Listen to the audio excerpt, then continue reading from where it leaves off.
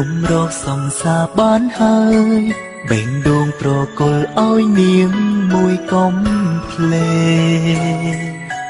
កាលវិភាគក្នុងចិនខ្ញុំគឺគ្មានថ្ងៃណាទំនេរគឺត្រូវកុំដមចាំងស្នេហ៍ជូនគេដើរលេងស្នេហាចាប់ដើមប្រែប្រួលអូនផ្លាំងផ្លែកខំធម្មតាខំកិនថាចារិនអូននៅដូចកូនក្មេងទុំបីថ្ងៃណាដាច់យាយក៏សុំចិនដើរខ្ចីគេឲ្យតែបានទៅជួបស្នេហ៍ដុំអូនដើរលេបេងដូងខំសំអើយសង្សារខ្ញុំជីងអបនាងផ្សេងព្រិញថ្ងៃនាងខ្ញុំជីងម្នាក់ឯងគ្មានរូបគេខំប្រឹងតាមមើលគេពីក្រោយតើខ្ញុំខូចចិនហើយមែនទេបើសិនជាបេងដូងគេប្រែប្តីមិនខលប្រាប់បេងដូងកុំសត់អើយមានអារម្មណ៍ថាចិត្តខកស្នេហ៍ខ្ញុំខ្លាចណាំងខ្លាចពេលជួបគេកាន់តែឈឺចាប់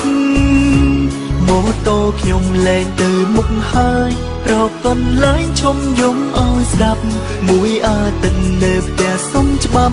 ខូចចិត្តហើយ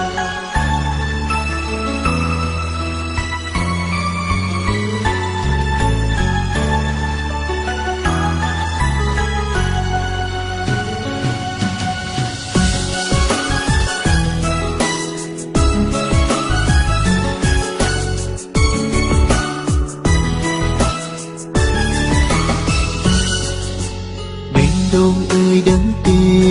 ខ្ញុំរកសង្សារបានហើយបេងដូងប្រគល់ឲ្យនាងមួយកុំភ្លេកាលវិភាគក្នុងចិនខ្ញុំគឺគ្មានថ្ងៃណាទំនេរគឺត្រូវកុំដមចាំងស្នេហ៍ជូនគេដើរលេង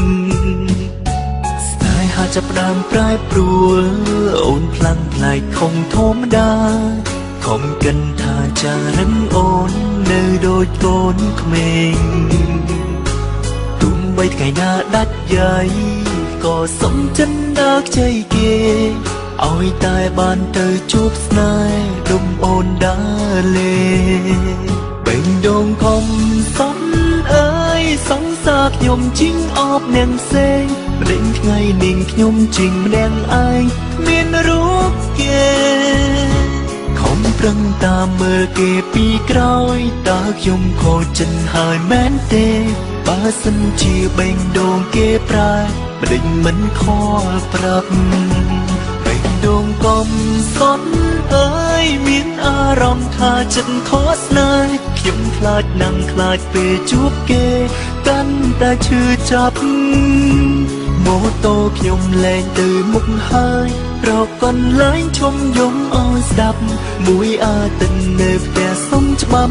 ខូចចិត្តហើយបេងដូងកុំសត់អើយមានអារម្មណ៍ថាចិត្តខកស្នេហ៍ខ្ញុំខ្លាចណាំងខ្លាចពេលជួបគេកាន់តែឈឺចាប់ម៉ូតូខ្ញុំលែងទៅមុខហើយរកកន្លែងឈំយំឲ្យស្ដាប់មួយអាទិត្យនៅផ្ទះសុំច្បាំខូចចិត្តហើយមួយអាទិត្យនៅផ្ទះសុំច្បាប់ខូចចិត្តហើយ